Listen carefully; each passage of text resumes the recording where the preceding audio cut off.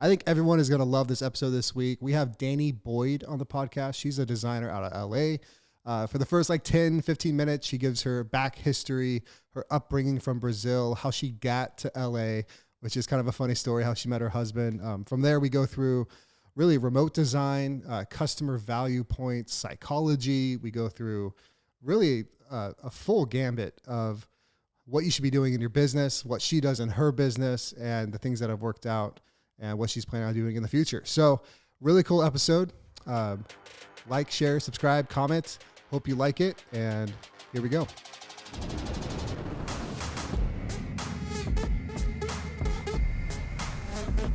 All right. So today we have Dani Boyd on the AIS podcast. So Dani Boyd, she's an interior designer, originally from Brazil, where she got her architectural license, and really a unique design model that she has great style, great taste. Some things I love about Dani and her business: super genuine, super down to earth. She's passionate about helping people. She's here for all the right reasons. Has a very versatile business model where she can do remote design, and she also has some VIP access for some of her clients that she offers, as well as in-person design. She envisions, executes really functional, timeless designs in all of her projects. Like I said, award-winning designs. So we're really happy to have you here, and just give us a little bit about yourself, and we'll get going. Okay. Oh my gosh, that was so cool. Thank you so much. Can I write it down and put in my bio or something? I'll send you my intro. Yeah, that was amazing. Thank you. Of course. Honestly, I lost all the words I had. Thank you so much for the very nice introduction. And yes, I'm Dani. What did you ask me? How I started with design and all of that, right? Yeah, so I'm really interested about architecture in Brazil, how you got licensed there, and then how you made that transition to the States, and just kind of give us your 10,000 foot view story. Okay, yeah. So this all started when I was 9 years old, to be very honest with you. It goes back, way back when. My parents used to move a lot because of my dad's work. And we moved back to the town that I was actually born when I was 9 years old. And when we moved back, we had to move into my grandma's house, which is the house that my mom grew up. And, we're a family of 5 moving into my grandma's house. It was her and my grandpa. And there were 3 bedrooms. And I'm like, this is not working, Mom. I'm just telling my mom all the time, why is this wall right here? It shouldn't be here. The door, can we open the door right here? And 9 years old, okay? And so I was always very just not satisfied with the space that I was living. There was something wrong with it. I wanted to solve it. And on top of that, my grandma was redoing her front yard, and there was a lot of tile scraps of all shapes and sizes. And I decided, so just so you can understand, I'm from Brazil, from the north part of Brazil, in a town called Belém. We're in the middle of the Amazon. It's a 30-minute flight to the equator. So it's hot and it rains every single day. Every day there will be rain coming from the sky somehow, somewhere, some time of the day. So we had a lot of mud in the front yard. And what we would do, we would go play in the front yard in the mud with the tile scraps. And I started to design the house that I wanted to design. I would be like, Mom, so let's put this wall. So this wall here this is the kitchen wall. What if we move it this way and then we put another wall right here? And I started to sketch that all up also. And my dad, he comes to me and he's like, what are you doing? I'm just changing the house around. I had many, many sketches of that. And my mom still has them actually in Brazil. And then he was like, oh, that's cool. Okay. So you're playing architect. I'm like, wait, what? At 8 years old, my dad he works with plans, and my mom is an art teacher. So I never actually understood the concept of architecture. And he explained to me what it was. And I was like, oh, okay. I like this idea. And that's when I decided that I wanted to be an architect when I grew up. many things happened from there into high school. At some point of my life, I decided that I actually wanted to be a doctor. And because my uncle, who was a doctor and had a medical, like a little hospital, he said to me, if you, okay, so like to get to college in Brazil, you have to take this absurdly hard test that like tests everything that you know about, like that you learned through school. And then if you pass the test and there are enough spots in the college you want to go to, you go to college. And to become a doctor, so the medicine school is the most difficult one, most difficult one that you can think of. And my uncle, knowing that I was a nerd and I love a challenge, he was like, okay, if you pass to become a doctor, I'll give you a brand new car. To a girl in the Amazon that, you know, was playing in mud, and I barely had money for you know, the bus tickets, the bus ride, wherever I wanted to go, like even to school.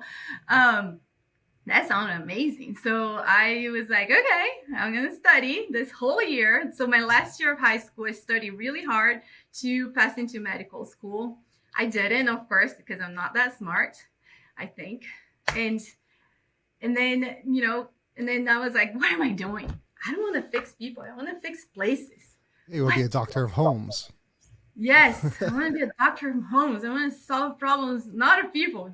I mean, I love people, but yeah, I love people when they're having a good time, not like a bad time. So yeah, so then I did the test again to pass to architecture, and I did a 5-year bachelor's degree in architecture and urban design. So on the paper, I'm also an urban designer. Nice. And in Brazil, it worked a little different because at least when I went to school, which was 21 years ago, when I started, it's a little different because, so like here in California, after you graduate architecture, you have to work X amount of hours and then do the testing, et cetera, to get your license. In Brazil, you do that working during school. So you have to have X amount of hours working with this type of architecture or that type of urban design or whatever it is. And then when you graduate and the board feels like you're good to go, you get your architecture license. So I did that. I started working with architecture and design actually in, oh my gosh, it was my second semester of college. When did I go to college? 2004, 3. I don't know, Ryan. Sometime, like a long time ago. In the 2000s. Yeah, in the 2000s. Not in the 1900s. Already in the 2000s.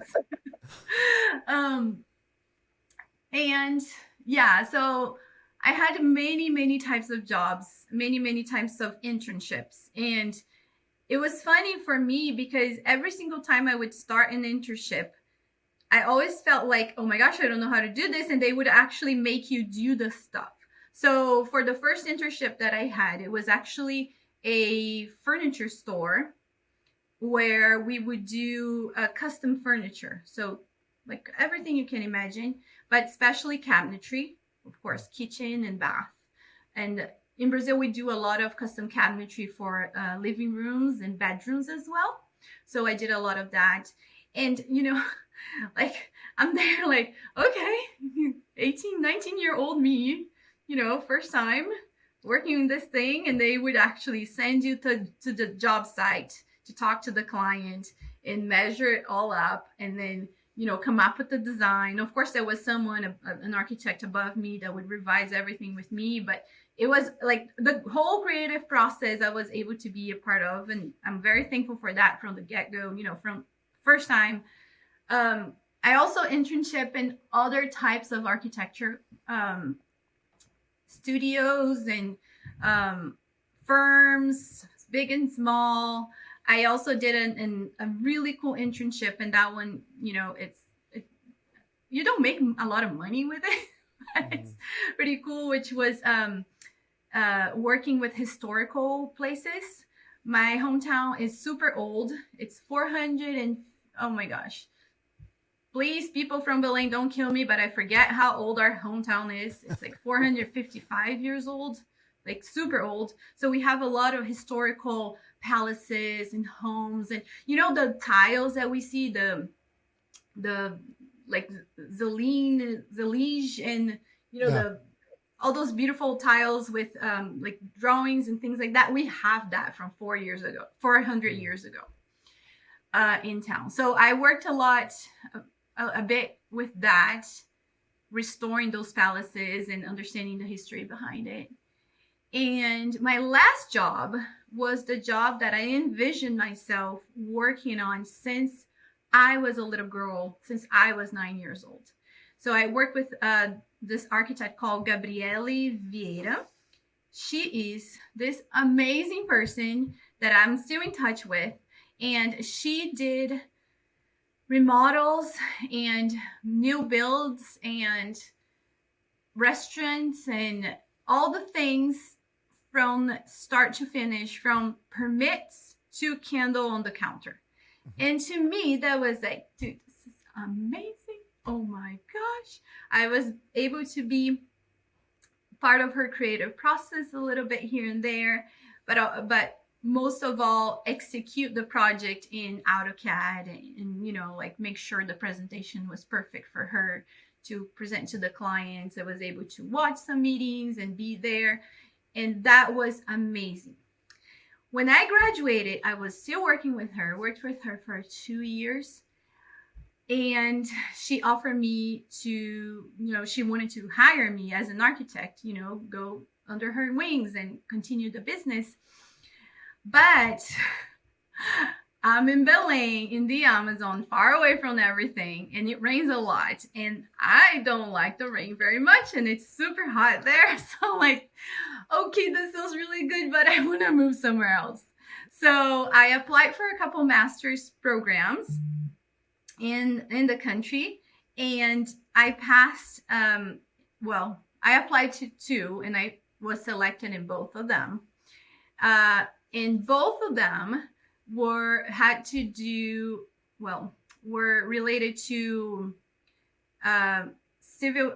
How do I put this? Okay, they were related to construction and management in construction. Okay, so it was this, like, in my mind, the whole time that I was in college, I learned a lot about the creative process and how to make it look amazing and how to solve people's problems. But I thought that I had to make this, I had to learn a little more about how to actually execute the project, to actually do what you guys do, like put one thing on top of the other and build the place.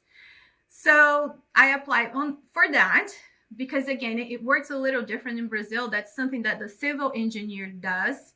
What the general contractor does here in America is generally something that the civil engineer does in Brazil.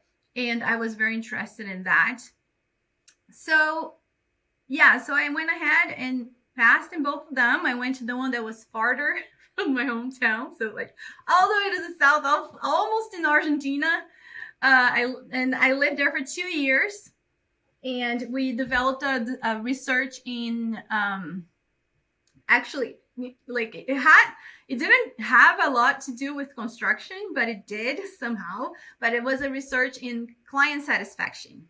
So we analyzed, super important. We analyzed how people were satisfied with the space that was provided to them. And then I finished that and, wrap it all up, moved to São Paulo. And when I was in São Paulo, I was working in the architecture studio, doing, again, a lot of custom furniture and custom things in interior design. And I met my husband. So nice. This lovely guy from California. What was he doing over there? I'm sorry? What was he doing? Oh, he wasn't that okay. So that's another story. Did I talk about it? Well, so he was down where you were working, right? In South Yeah, kind America? of, sort of. Okay, let me rewind this. Okay. Okay. So my husband went to Brazil several times before we met, and he was friends with all of my friends. Like seriously, all of my friends. I remember him, but we were never introduced to each other. So one day when I was finishing my bachelor's, I needed to translate something for my what is it called? My thesis. Hmm.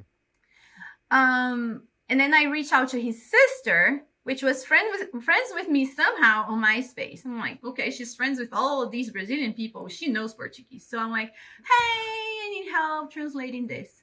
Because, back then Google wasn't this force that we have these days.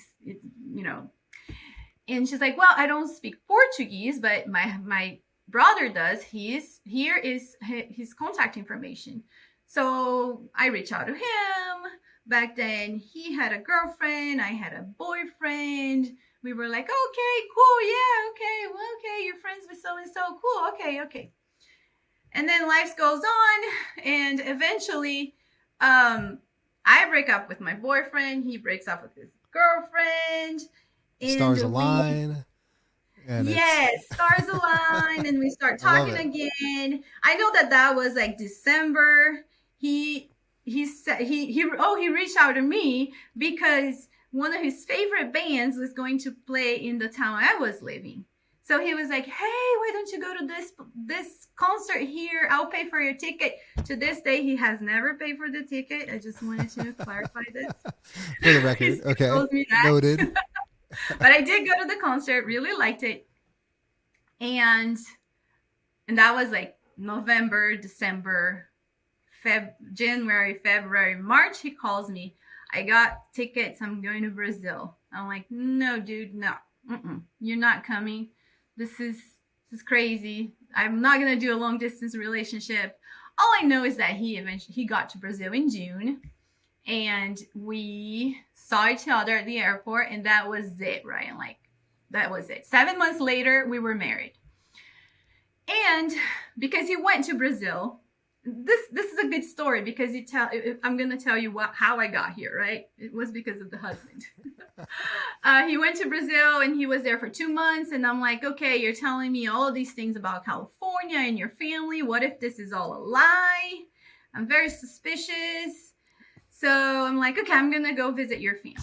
So we came back together to California. I quit my job. Need to make, because I was going to be here for a whole month. I just started in this new job. I couldn't just leave it for a whole month. And came to California August 10th, 2009. I was supposed to go home September 23rd. September 13th, he takes me to Yosemite. We climb the Half Dome, and he proposes. So then I'm like, okay, that's cool. That's okay, I guess. We are engaged. And then immediately, like at the same time, we're like, okay, but how are we going to do this? Because I don't have money to be flying back and forth from Brazil. It's expensive. And he wasn't on the good. It was right when the economy crashed. Remember that? 2009. Yeah. So I decided to stay. We booked a wedding for January so my parents could get their visas and come here for the wedding. And that's how I arrived in California officially. And here you are. Yes. Because when I first got introduced to you, I believe you were in Modesto for a little while, and then you were down in LA as well. So and I remember, because I swung by and I actually picked up some tiles from you that we used on a project. Yeah. And you gave me the warning, like don't orientate these in a certain way. I still remember that. Yeah. So we got married. Okay. Yeah. You have to be very careful. Yeah. Those were dangerous tiles. Yeah. So we lived in Modesto from 2010 all the way to 2018. And while I was there, my first job was in construction. So I worked in a general contractor firm for a year. Okay. Where I was, I was a project engineer. Bless your heart, if you have a project engineer, give them candy, give them all the good things, because it's hard work, man. Oh my God. Yeah, it's no These joke. Were guys- you doing public work? Civil, public? Okay. Yeah, public work. So we were doing a lot of, I don't remember right now, but it was like multi-million projects. Yeah, large scale developments and Fresno, Visalia, Bay Area, all over. And the amount of management that you guys do is incredible. It's people think that it's like, oh, call the general contractor. General contractor, here's the project. Well, here's what I want to do. And then like you guys have to have a north. And sometimes we would get projects that were not complete enough. And that's like a lot of back and forth. Change orders. Oh, this doesn't work. Oh, this is out of stock. Yeah. And, all of that. And that was very interesting to me to learn the behind the scenes, the behind of what I was seeing as an architect, Yeah. and especially in another country. Because And really so that kind of ties into some stuff I want to talk about, because I view designers as really the problem solver, because they address what needs to happen before anything is ever broken ground, before the project is in pre-construction, usually before a final contract signed. Like, design is there, and your design team is really problem solving behind the scenes of what can actually be done in the construction process. Yes.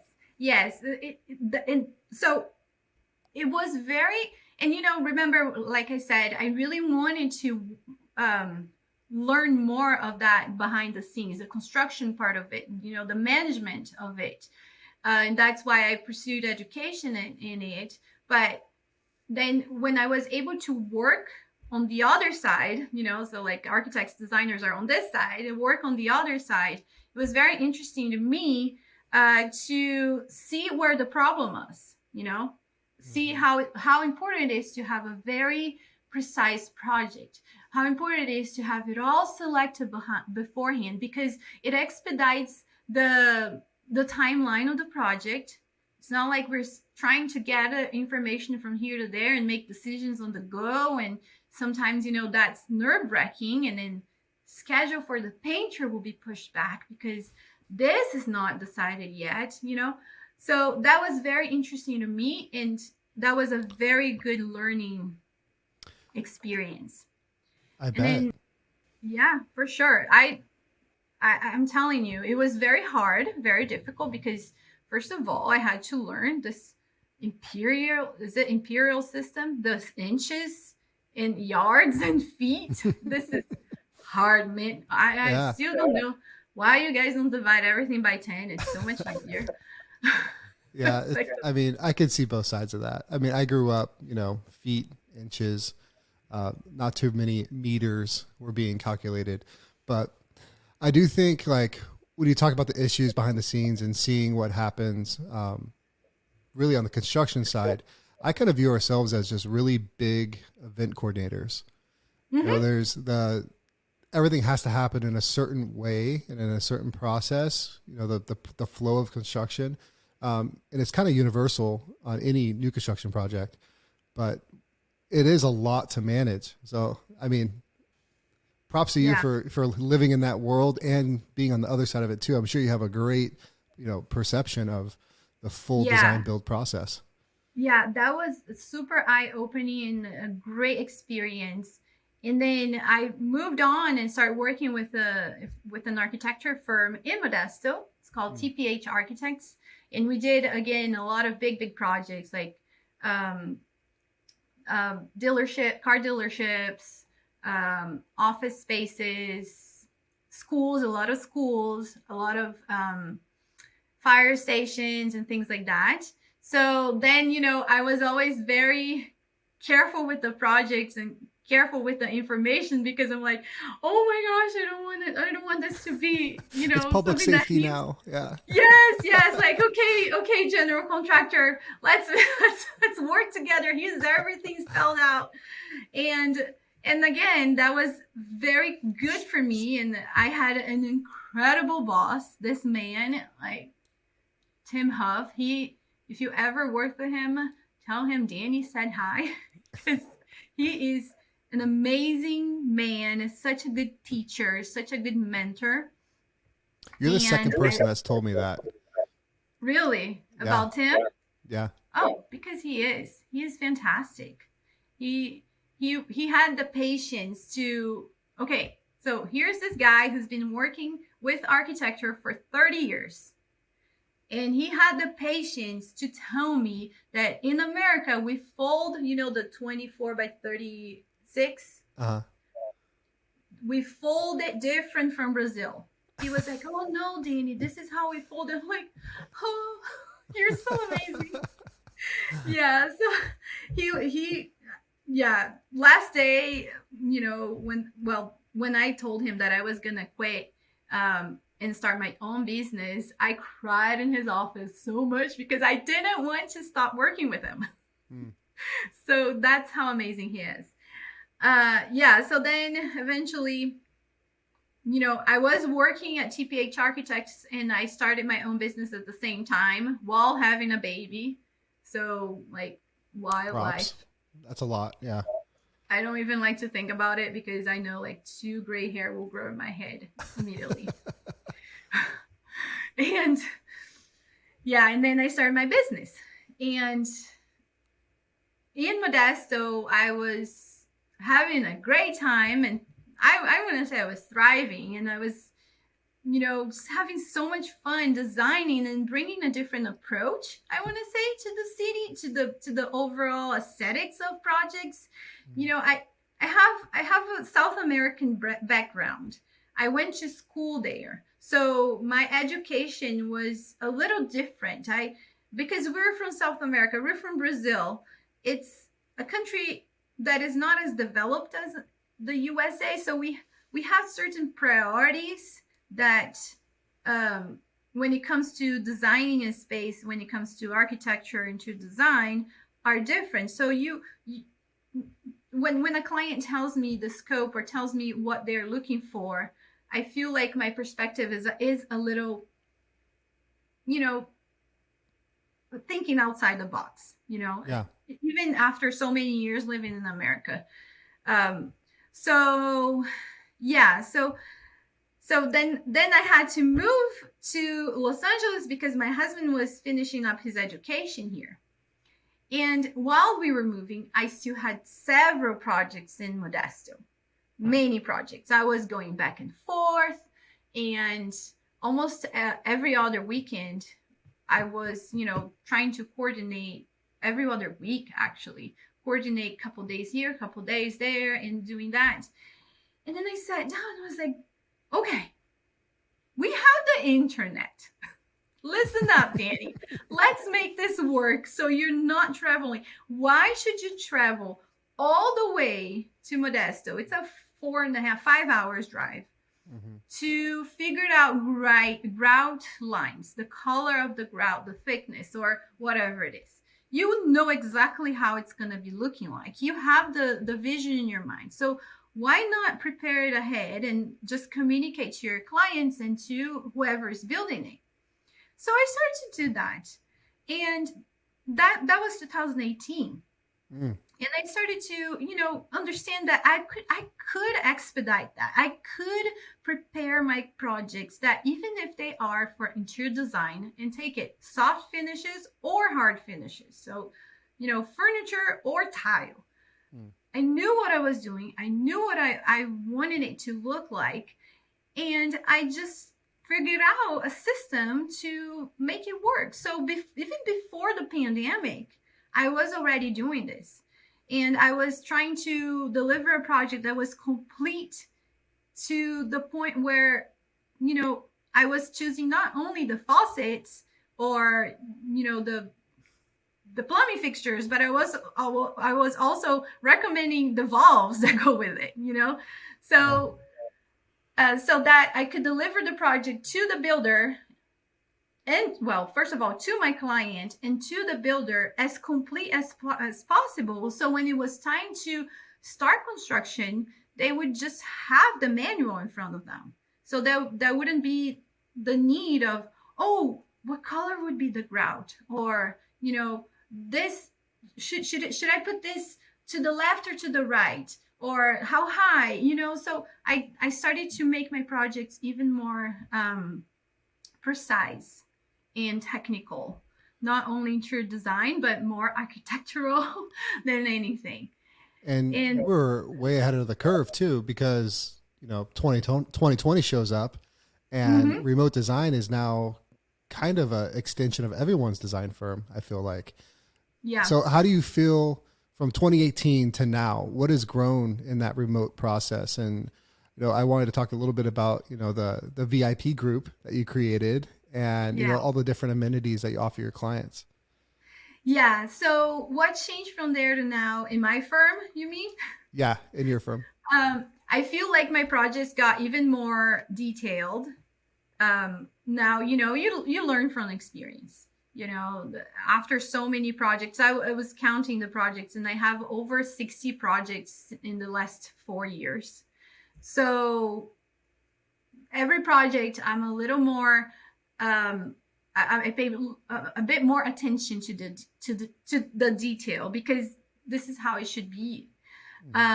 Because I want my clients to get a very complete package that they can just go on themselves, and there's no babysitting needed. You know, that's what I always tell my client. This is a project that you're going to give to your builder, and you won't be needing to babysit. And just trust that everything is here. Of course, questions come up. This is construction. It's not science. You know, it's science to some point, but it's not precise. But you know, I want it to be as clear as possible. And it's been great. I've been designing so many fun projects, and it opened up the doors to me so much, where now I have projects on the East Coast. I have projects here in California. I have projects in Texas. I have projects all over. And all because of that. And the fun thing about it is that you're not tied to a look specific to the area that you live in. You get to get a good quality design from Los Angeles. And I know I don't show it on my social media all the time, but I'm always scavenging. I'm always looking for new. I'm always visiting showrooms. I'm always with reps. I'm always looking for what's out there and what's new and innovative. So you get to get that quality no matter where you at, you know, and it's been amazing. So speaking a little bit about your design collab, which is my baby, I'm super excited about it. It's a community that we launched last year, and it kind of came from my own experience as a designer who can't afford an interior designer. I always tell my colleagues, you know, like, dude, could you pay this fee if this was for you? I know I couldn't. You know, I have 2 little ones. I have so many things that I need to take care of, and financially, things that, you know how it is, life. Yeah, it's life. Yeah. So then I'm like, oh my gosh, I don't think I could afford myself at the moment, but what if, like, but I know what to do, but I know that there are other people out there that are in the same situation. They can't afford to pay for an interior designer, but they have questions here and there that would be fun to know the answers, so they can live in a better space, so they can dwell in a better environment. And that's why I created Your Design Collab. So pretty much it's like it's a community on Facebook where you pay $27 a month. Highlight that, $27 a month. It's nothing, you guys. Like, for the amount of stuff that you get. And whenever you have an interior design related question, you just go over there, take a picture. Let's say, this shelf right here. Dani, I don't know what to put in it. How should I style it? What is wrong here? Or, oh my gosh, I'm remodeling my bathroom. I have everything figured out, but I don't know the tile to use. Or, I don't know, I need a new bed. Do you have recommendations? And what size rug should I use? Or I had one of our members, she bought like a total builder's grade home and she wanted to change it all up. I'm like, change the plumbing, the fixtures, the hardware, and put a wallpaper. It's going to be another thing. Done deal. It's amazing. Or paint color suggestions. Whatever you need, I'm there for you. You post it on the group. I'll answer your questions. And also every single month, we do a super cool poll where we choose together a room that I'll be designing. So we've done entryway, we've done guest bathroom revamp, we've done new kitchenware, the things that you want to get, but you're like, I don't know if this goes with that. So I put together a design board, and then you can shop from the design board. And also, if you're a member, this is also super cool, you get 30% off every single one of my services. So if you are ready to redesign your entire house, you hire me, of course, and then you get 30% off my services and all my fees, which is I love that. That's so creative. And because that's the toughest part is usually someone remodels a kitchen, remodels a bathroom, remodels a full home that they move into. And that's the last remodel they do, right? Mm-hmm. For a significant amount of time. So the way you can kind of almost have a subscription-based model to build a community, still bring value to the people you want to serve, but also, one, make money at it, too, it makes a lot of sense. That's really smart. I like that. Thanks. Yeah, and I thought about the person because you see, some people, they know what to do. They have that good eye. They know, this walnut cabinetry will look really good with this quartzite stone here on the counter. But I don't know about the backsplash. So I can help them with that, So I'm like, okay, so you want to do the walnut with the quartzite. What about this backsplash here? Or don't do a backsplash. Or maybe not the quartzite, that person that, like, you ask my opinion, you're going to get my opinion. It's like my husband says, I have no filter. So it's great. It's been great. It's been fun. I think my members are enjoying it.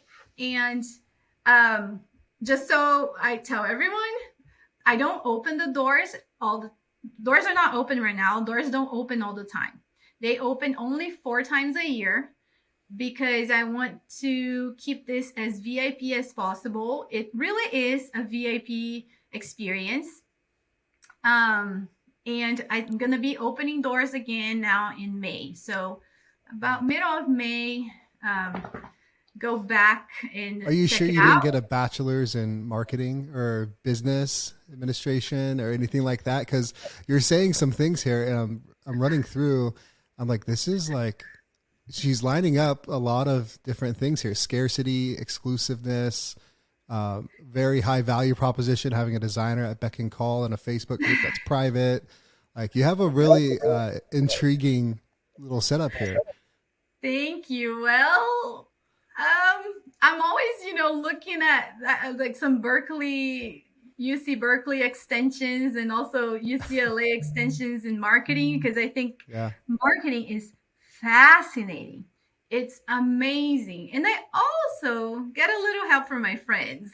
So, so I am also part of a really cool membership that doesn't give away, it's like a mentoring called Your Social Team.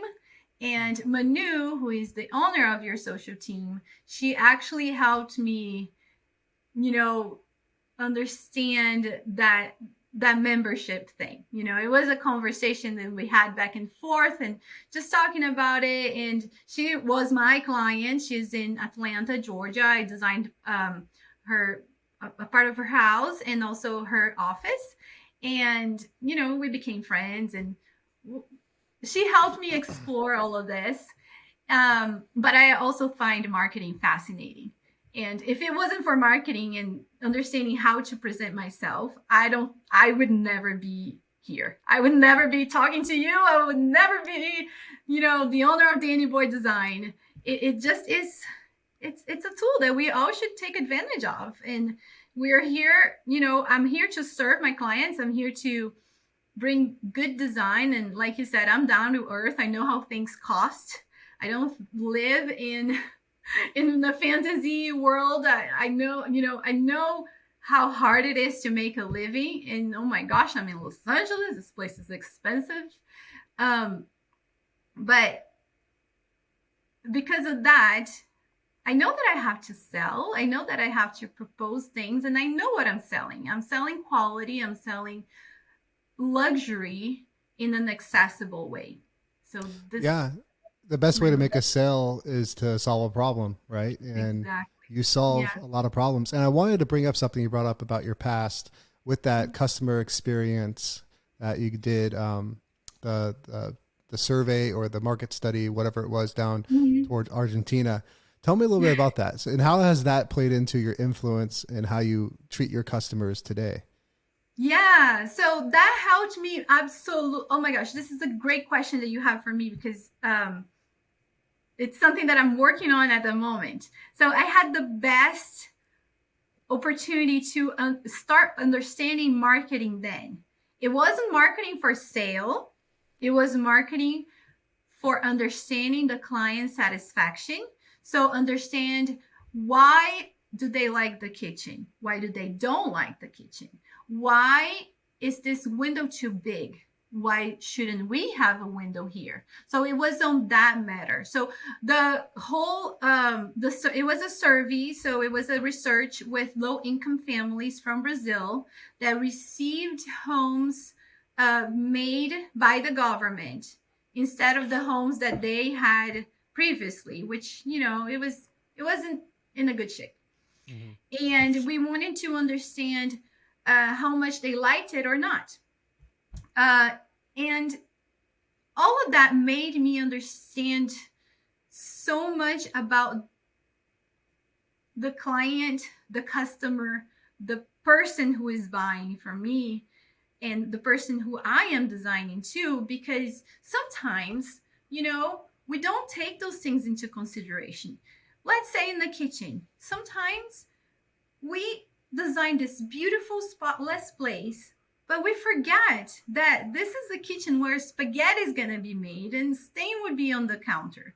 Or this is a living room where dogs are going to be climbing on the couch. So let's maybe put leather here because that's going to give longevity to the most expensive piece of your living room, your couch. So that made me understand all of that. And the reason why I like this question so much is because I am doing an extension course. I'm going to start this week. I'm late. Oh my gosh. Like, I was supposed to start beginning of March, but it didn't happen. It's in architecture and psychology. So like really dwell, how to say it, Ryan? Dwell. Yeah, really go deep into how you can apply psychology into architecture, into interior design. So I'm very much looking forward to it. I'm sure I'm going to be sharing on my social media what I've been learning because I think it's incredible knowledge. I'm doing it with a university in Brazil, and I'm doing the course with this university in Brazil, and it's been great to have that platform to go forward with my education and understand something that I've been, you know, trying to understand on my own for a long, long time. I'm looking forward to that. Yeah, that's huge. That sounds exciting. And yeah, I'd be interested to see, what you learn from that. I'm a big thing about, at least in marketing to our like ideal customers, the psychographics, like the reasons behind the why that people have, and identifying those and getting in front of that person that aligns with the right psychographics that our brand has a value proposition for, essentially.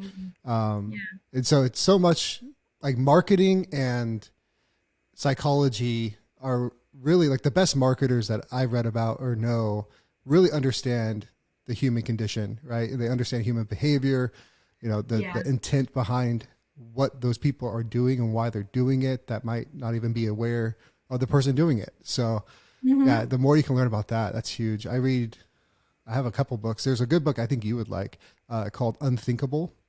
It's like getting into the minds of a bunch of different people throughout the world and their different cultural differences. And it was a pretty good book. That's not related to design or construction at all, but no, yeah. But I'm writing down Unthinkable. Unthinkable. Actually, I have it right here. It's I want to see this one right here. Yeah. It's by Helen Thomas, and an extraordinary journey through the world's strangest brains. So like, I like it. It's really interesting. Okay. Yeah, it's I think it's important, because it gives you perspective, not only in the workspace, but in your general life. Because, you understand that we're all different. We all think differently. We all live differently. And that's okay. That's beautiful, actually. If we were all the same, this world would be lame and boring. And I know, right? I'm not here for that. So another one, this one's really good. Never Split the Difference. Okay. It's about an FBI hostage negotiator. It's like in high tense situations and like the psychology behind really negotiation and influence. That was a really good one too. And I bought this mostly for like the sales side, because it does have a lot of like overlapping concepts of like when you're essentially sales is negotiation, right? Yeah. And it's really getting to people how they perceive value and speaking to them how they need to be spoken to, right? Yeah. And I think that it's very important to do that, not losing who you are, It's not like you're going to change who you are to speak to person A and then go ahead and change who you are to speak to person B. And this is something that I actually always say on my projects, like I can adapt to this type of aesthetics that you are looking for, but there will always have my handwriting in it. And I can't change that, Yeah. So this is very important to understand other people, but understand also who you are as a professional, as a designer, as a person, as a human being, and not change just in communication. Yeah. I'm a big thing about, it's not what you're saying that should be consistent. Like who you are should be consistent in everything you do, whether that's professional life, spiritual life, personal life, family, whatever it may be. But a lot of times it's how you say it to who you're speaking to, you know, like, so it's not what you say, it's how you say it. And that's kind of the big thing that I tell my kids and employees. Yeah. And oh my gosh, Ryan, let me tell you, I'm still working on that. I'm still like kid level when it comes to that. Because I feel also that there is a little bit of a cultural and language barrier when it comes to that, because I know the words that I know, and I'm always looking for new words, and I'm always trying to educate myself. But in the time of conflict, I'm going to say what I need to say. And sometimes it sounds so rude. And then I need to be like, listen. It's not like that. It's just that I can't say it differently. Just as bluntly as I can put it. Here it is. Yes, but it's not like I wanted to say like that. It's just that this is what I know. I'm so sorry. Maybe I'll write it down and edit and send it to you. You should just, speak Portuguese into Google Translate, and then let that do the hard talk for you. Yeah. But then it will be different. It would be as hard as it is, because, it's the way I always tell everyone that, okay, like talking about being yourself, I feel like I am Dani in Portuguese and Dani in English. it's not the same. There is, when it comes to communication, okay, when it comes to like inside myself, I'm the same person, but like the way I communicate is different when I communicate in English and then versus when I communicate in Portuguese, but it's okay. Yeah. I mean, if anything, I love it makes it more authentic. And I was thinking while you were talking earlier about the influences you've had just growing up in South America and the different concepts and honestly, the different space planning that's needed just to live in that different type of culture. And then bringing that to America, I'm sure the insights that you have on your projects, I'm sure when you first came on the scene, people were like, I would have never thought of that. Right. And how would they? Because they never lived through what, the upbringing that you went through in Brazil and all the influence that you got from that. So I think it's really cool that, I mean, you really are genuinely authentic, in your culture and in your design. And every time I've spoken to you, it's always been, really pleasurable.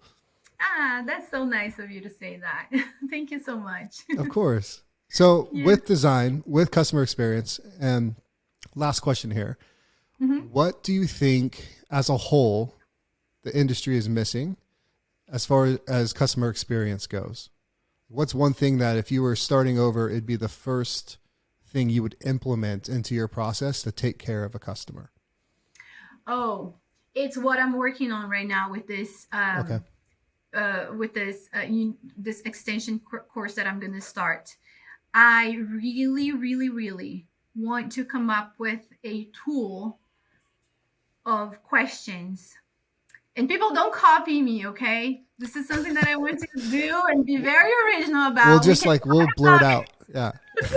You can talk about it, email me. I'm all about collaborating and doing stuff like that. But what I really want to do is come up with a group of questions, a guideline that is very precise of each one of my projects.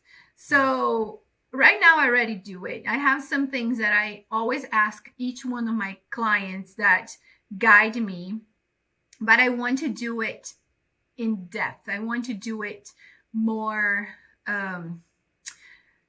specific. I want to have specific questions for specific types of projects. So let's say it's a commercial project. I want to know the hours of operation. I want to know how much it's going to be serving, how much the menu is going to cost plus or minus. I want to know all of that, the things that are not exactly related to construction, but will help me give a guide, like will help me give me a north to my project. So that's something that I really am excited to work on right now, and I think this is going to help me a lot.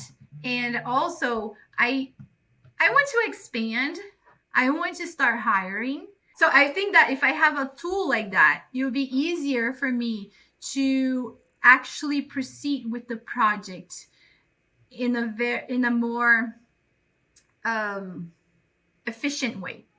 So all I'm looking for is efficiency in system, creating a system. So when I start hiring, people know exactly what to do and exactly where to get the answers from the questions they are looking for. So I want to have the questions figured out before they come up and have my client answer those. So don't copy me, people. This is something that I'm still working on. It's still in my brain. I think that's a great idea. Yeah, it's very smart. We did something similar. So we have an intake form, that kind of gets all down to the nitty gritty of really the context of the project. Really, for us, it's the why.